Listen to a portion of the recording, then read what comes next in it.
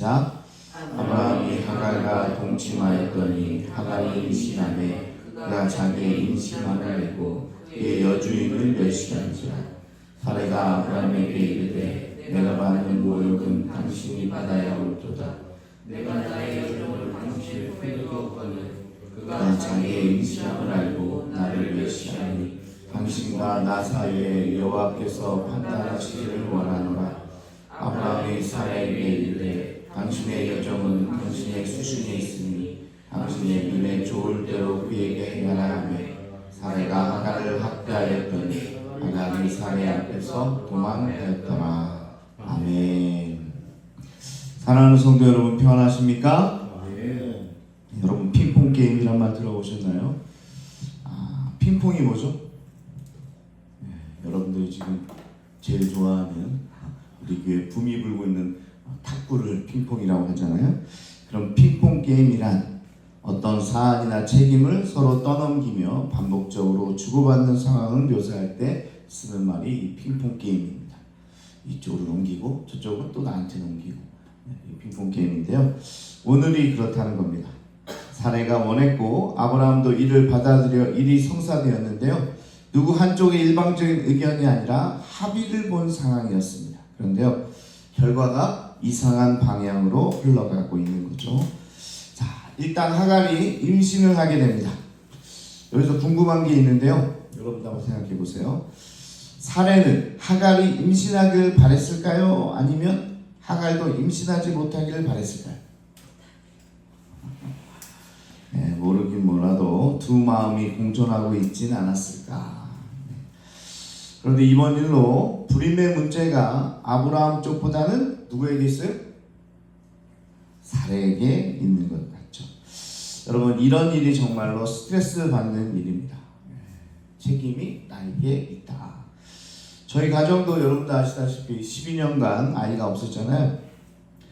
저희 부부는 마치 신혼처럼 12년을 살아도 되게 좋았는데 양가의 걱정이 없진 않았습니다. 그쯤에 한국에 제가 이제 돌아오니까 장모님이 저를 부르셔서 주서방, 그래도 비뇨기과에 가서 한번 검사를 받아보는 게 어떤가. 뭐 다른 의도가 있는 건 아니겠죠. 뭐 문제가 있으면 또 치료도 받고 이제 뭐 그런 거겠지만 굉장히 서운하더라고요. 뭐죠? 책임이 다 나한테 있다는 식의 소리로 그런 말씀하신 건 아니지만 그렇게 이제 들릴 수 있는 거죠. 그러니까 이 검사를 받으라는 얘기에 조금 이제 실망이 되는 겁니다. 자, 이런 게 바로 그런 거죠. 책임이 누구한테 있느냐. 사실은 몰랐잖아요. 누구의 책임이 있는지 모르는데 이번에 하갈이 임신을 하게 되니까 누구 책임이에요? 이제 자기의 책임이 되는 거죠. 사내 입장에서는. 또 그런 거 있잖아요, 여러분. 아들을 못 낳으면, 딸만 많이 낳아도 괜찮은데 아들을 못 낳으면 그렇게 구박을 받아요. 그죠? 누가요? 남편이? 아니죠. 아내가 구박을 받죠. 근데 사실 염색체로 보면 여인에게는 XX, 남자를 낳을 수 있는 염색체가 없어요. 여자에게는. 그럼 모든 아들을 못 낳는 책임이 누구한테 있어요? 남자한테 있어요. 사실 뭐 요즘은 딸이 더 귀하니까 이런 말은 쑥 들어갔지만 예전에 보면요, 저희도 딸만 둘 있잖아요. 아들을 못 낳은 책임은 누구한테 있어요? 저한테 있어요. 이게 이제 유전자적으로 XY가 남자가 가지고 있기 때문에 Y를 보내야지만 아들을 낳게 되는데 여자에게는 아무 문제가 없습니다. 그러나 딸을 낳으면 누가 구박받아요? 며느리가, 아내가 구박을 받잖아요. 근데 이제 그러면서 책임을 자꾸 누구에게 전가하려고 하는 모습이 있다라는 겁니다. 자, 사례의 제안으로 하갈이 임신하게 된다면 사례 입장에서는 내가 제안한 일이 그대로 성취되었으니까 태어난 아이와 관련해서 발언권을 얻게 될 것이고, 하갈조차도 임신하지 못한다면 사례도 자식이 없는 책임을 조금이나 면할 수 있었습니다. 그래서 사례가 하갈에게 자기 남편에게 들어가라고 했던 거예요. 자, 이제 이유를 알았죠. 왜 사례가 하갈을 들여보냈을까? 자, 하갈이 자녀를 낳으면 그 권리가 누구한테 있어요? 사례한테 있었어요. 그리고 낳지 못하면 책임을 면할 수 있었던 겁니다. 자, 그런 여러 가지 생각을, 인간적인 생각을 다 해가지고 그렇게 지금 일을 꾸민 거예요. 자, 그런데 문제는 지금부터 시작이 됩니다. 4절이죠. 하갈이 임신함에 그가 자기의 임신함을 알고 그 여주인을 멸시한지라. 와, 야, 사례가 정말 생각지도 못한 일이 발생한 겁니다. 자, 아까 뭐라고 그랬어요? 두 개 다, 야, 이게 내가 아이를 낳아도 내가 권리를 갖고 아이를 못 낳아도 내가 책임을 면하게 되는 정말 귀한 아이디어를 가지고 사례가 일을 벌였는데 뜻밖의 자기가 생각지도 못한 일 방향으로 나가게 되는 거예요. 하갈이 임신하고 나서 자기를 멸시하는 거죠. 예. 아마 사례는 이런 결과가 초래할 거라고는 꿈에도 상상치 못했을 겁니다. 여종 주제에 고작 임신했다고 나에게 이렇게? 예? 근데요, 사극을 보면 상속자를 품은 여인의 권력이 얼마나 높아지는지 우리는 너무나 잘 봤잖아요. 우리나라도 그런 사회였잖아요. 그죠? 하갈이 임신한 아이가 아브라함의 뒤를 잇게 된다면 사레와 하갈의 위치가 뒤바뀔 수도 있습니다. 아무리 그렇다고 해도 사실 전혀 하갈이 이해가 되지 않더라고요. 아무리 그래도 어떻게 그럴 수 있을까? 저도 이제 지금 사람이죠. 그때 당시를 이해를 못하는 겁니다. 자, 그런 마음이 있다 손치더라도 나중에 이스마엘이 장성한 후에 후계자로 정해진 후에 얼마든지 사례를 멸시할 수 있잖아요. 그러면 어떻게 해요? 하갈 입장에서도 그때까지 기다려야죠. 어여시 지금은 사례가 아브라함의 정부잖아요. 근데요, 지금 사고로 보지 말고 당시를 고려해야 한다는 겁니다. 당시 생명은 신이 주신 선물이에요. 생명은 신이 주신 선물이다. 자, 그런데 아이를 낳지 못하면 신께 버림받은 사람이라는 생각이 저변에 깔려있던 때입니다. 뭐예요? 사례는 하나님께 버림받은 사람이다. 이게 저변에 깔린 생각이니까 하갈이 무슨 생각을 해요? 저 정도 여인, 버림받은 여인이 뭘 할 수 있겠어. 그리고 생명을 낳은 여인은요, 하나님께로부터 받은 여인이잖아요, 선물을. 그러니까 뭐예요? 축복받은 여인이 되는 거예요. 축복받은 여인이 되는 거죠. 나는 축복받았어. 저 여자는 버림받았어. 지금 관계는 저 여자가 안주인이고 내가 종인데 이게 되니까 이제 서로 바뀌게 되는 거죠. 자, 그렇게 되다 보니까 사례를 보는 하갈의 태도가 달라질 수밖에 없었다. 자, 물론 이를 순수히 받아들일 사례도 아니었지만요, 사례는 하갈을 제쳐놓고 아브라함에게 맹비난을 퍼붓습니다. 5절에 내가 받은 모욕은 당신이 받아야 옳도다.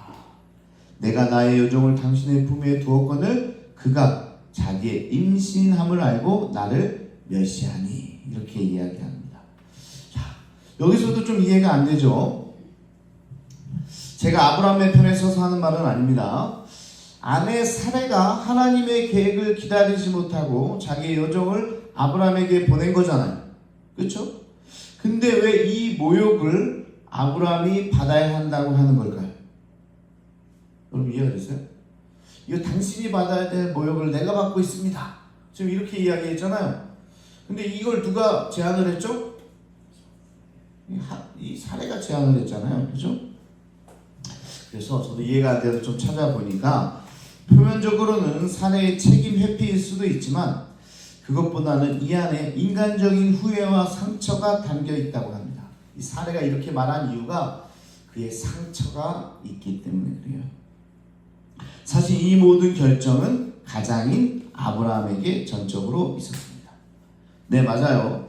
아내가 제안한 것은 맞지만 이 모든 결정은 아내가 할 수 있는 부분이 아니에요. 아브라함이 직접 결정한 부분이라는 겁니다. 자, 그런데 어차피 어떻게 보면 이 사례가 그것을 도왔을 뿐인데 이 상황에서 가장 피해자가 된 사례의 입장은 어땠을까? 자기는 선의로 도왔는데 피해자가 누가 됐어요? 자기가 된 거예요. 이 모든 일에 책임은 누구에게 있었어요? 원래 아브라함에게 있었어요. 그리고 아내는 도왔을 뿐인데 이제 피해자는 누가 돼버렸어요? 원래 이 모든 문제의 책임을 누가 져야 돼요? 아브라함이 져야 되잖아요. 근데 자기가 독박을 쓰고 있는 거죠. 그러니까 이 사례가요, 상처를 받은 거예요. 그리고 어떻게 보면 이것을 책임 회피를 하는 거죠.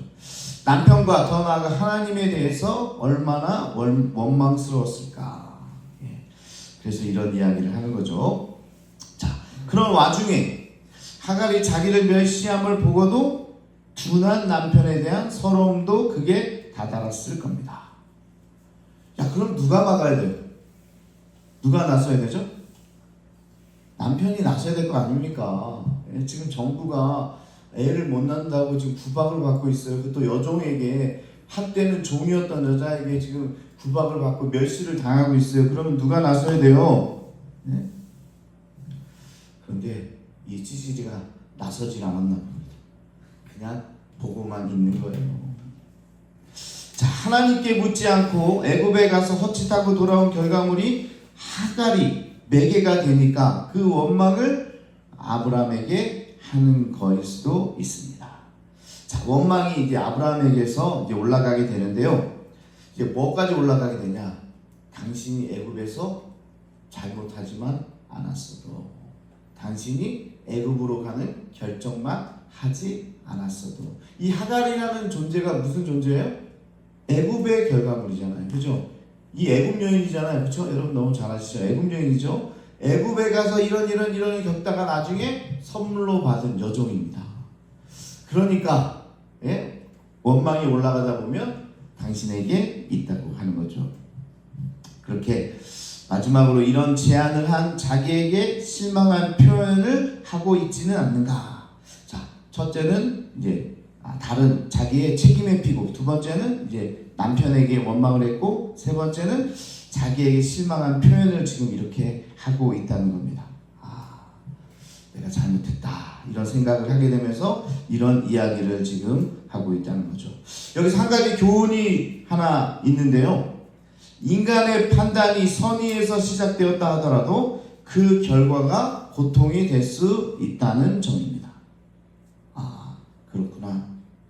또한 하나님의 약속이 이루어지는 과정을 인간적인 방법으로 앞서 나갈 때 생기는 혼란은 우리가 보고 있다는 겁니다. 하나님의 계획이 있는데 앞서가서 우리가 하나님 계획보다 먼저 가면 이런 혼란이 있을 수 있다라는 거죠. 그러니까요, 하나님이 하실 때 하는 모든 인간적인 방법은 아무리 선이라 하더라도 우리에게 고통의 결과물을 줄 수 있다는 점입니다. 아무리 선이라고, 아무리 도와주려고 해도 하나님의 계획 가운데 우리가 끼어들면 이런 고통이 찾아올 수 있다는 거죠. 그리고 끝에 사내가 여호와께서 판단하시기를 원하노라 이렇게 이야기하는데요. 이렇게 말한 이유는 그 갈등을 인간적으로 해결할 수 없음을 느끼고 하나님의 공의에 맡기려는 태도입니다. 동시에 이 문제가 심각성을 드러낸다. 하나님만이 할 수 있는 문제다. 이렇게 이야기하고 있는 거죠. 근데요, 이때도 아브라함은 이를 쉽게 바라봅니다. 자, 문제는 6절에 이렇게 이야기하고 있죠. 당신의 수중에 있으니 당신의 눈에 좋을 대로 그에게 행하라. 아브라함이 이렇게 이야기합니다. 마치 자기는 알 바 아니라는 식의 팔짱 끼고 멀리 떨어져 있는 듯한 모습이죠. 이런 찌질이가 어디 있습니까? 당신이 알아서 하십시오. 당신의 일 아닙니까? 당신의 요종 아니었습니까? 나는 그냥 모르니까 알아서 하세요. 네. 자, 하나도 안 바뀌었네요. 그죠? 게다가 학대를 맡기는커녕 다시 한번 살해의 행동에 눈 감아줍니다. 집안에서요, 분란이 일어났어요. 그래도 자기의 아들을 이제 낳을, 자식을 낳을 그래도 여종이잖아요. 그러면 보호해줘야 의무가 있는 거예요, 사실. 그런데 학대하도록 내버려 둡니다. 그리고 보면 참 아브라함도요, 믿음의 조상이라고 불릴 만한 사람은 아닙니다. 그렇죠? 하나님께서 그렇게 만들어 가시는 거죠. 자, 그러면 왜 그랬을까? 아브라함은 왜 그랬을까? 하갈이 임신한 아이가 하나님이 자신에게 상속자로 주신 아이일 수도 있는데 어떻게 이렇게 행동했을까? 답은 간단합니다. 왜죠? 찌질이니까. 찌질이니까 그런 거예요. 근데요, 평생 고통받고 살았던 사라에게 더욱 큰 아픔을 안겨줬던 과거의 잘못 때문에 그녀를 막지 못하고 매번 한 걸음 물러나기만 했던 겁니다. 무슨 말이에요? 자기가 했던 잘못들이 있기 때문에 아내가 무슨 말을 해도 바로잡지 못하는 거예요. 자, 근데 그게 아내를 위한 길이 아니라는 게 문제입니다. 자기의 잘못이 있었어요. 그러니까 뭐라고 해도 할 수가 없는 거예요. 근데 여러분, 그게 이제 보상 심리라는 건데, 심리학적으로 이야기하면 우리 맞벌이하는 부부가 있다고 합니다. 맞벌이. 그럼 아이를 관리를 못해요. 양육을 못해요. 그냥 누구에게 돈을 주고 맡기는 거죠. 그러니까 돈은 많이 벌잖아요. 맞벌이를 하니까. 그러니까 아이한테 미안한 거죠. 그래서 집에 가면 아이가 해달라는 거 다 해줍니다. 장난감도 사달라는 거 사주고, 땡깡 부리고 해달라는 거 다 해주고, 다 해줘요. 그게 보상 심리예요. 근데 그게 어떻게 해요? 아이를 망치는 길입니다. 아이가 해달라는 대로 다 해주는 게 아이를 망치는 거예요. 오늘 이 사례가 잘못하고 있잖아요. 학대하고 있잖아요. 그리고 결국 내쫓이잖아요. 그걸 보고 아브라함은 어떻게 해야 돼요? 사실은 바로 잡아줘야 돼요. 그게 하갈을 위한 일이 아니라 아내 사례를 위한 길이에요. 막아줘야 돼요. 그리고 그렇게 못하게 해야 돼요. 바로 잡아줘야 되는 거예요. 그런데 아브라함은 그렇게 하지 못했어요. 그러니까 계속 문제가 뭘로 가요? 애굽에서 아내를 누이로 속이면서 갖다 바쳤던 일. 그 일이 계속적으로 지금 문제가 되고 있는 겁니다. 무조건 아내가 하자는 대로 하는 일이 옳은 일이 아닙니다. 왜냐? 가장이라면 그런 책임감이 있어야 되고 잘못된 길로 갈 때 돌이키도록 도와야 한다는 것이 오늘의 말씀입니다. 자, 그래서 아브라함이 다시 아내에게 씻을 수 없는 잘못을 계속적으로 저지르고 있는 겁니다. 한 번이 아니라 이것을 바로잡지 못함으로 계속 아내를 더 위험한 곳으로 몰아붙이고 있는 거예요.